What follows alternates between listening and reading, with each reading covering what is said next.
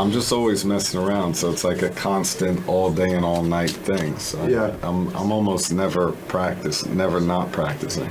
Do you ever get scared when you're on TV or like nervous that something's gonna go wrong? No, because when it goes wrong, you just keep going. Yeah. It's like you just don't stop, you know. So you keep going until you get it right. So how do That's you- kind of the fun of magic, because there's no real set beginning and end, you know. Oh, okay. So that's where it is. Because I was like, how do you keep going? Like, how do you make it so that it's like people don't even know?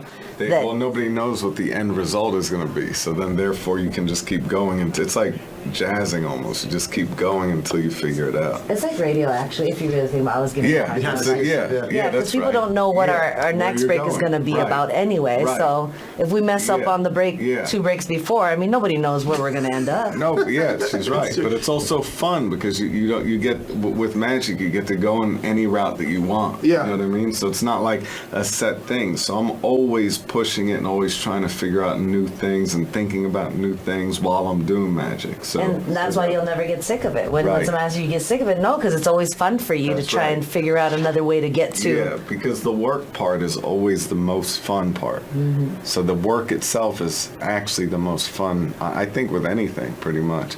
You always think, like, the end result is the best part. Like, oh, when I get there and get... No, that's never, like... It's getting there. Yeah, it's like even people that climb, like, Mount Everest. It's not... Right. They're never like, oh, I'm at the top. They're like... climbing up is the part that drives them, you know. That's so dope. Yeah. You're like dropping like knowledge. It's not even just magic. Like right. That was like life lesson right there. That's not just. Nah. It's true. It's the journey getting there, right? Yeah. So once you're there, what you gonna do? You go Right. find another way to get That's- there, right? That's right. You find another challenge, and it's the challenge itself that's the drive. Well, I David didn't Blaine, think I was gonna get appreciate this you. from David this time. But Appreciate you know what? popping And you in. know that they did a big study. It was in a book called Nurture Shock, where they took lots of kids in the New York City school system and split them up. And what they did is they took half of them and complimented them on their results. Like, oh, you were great on the test.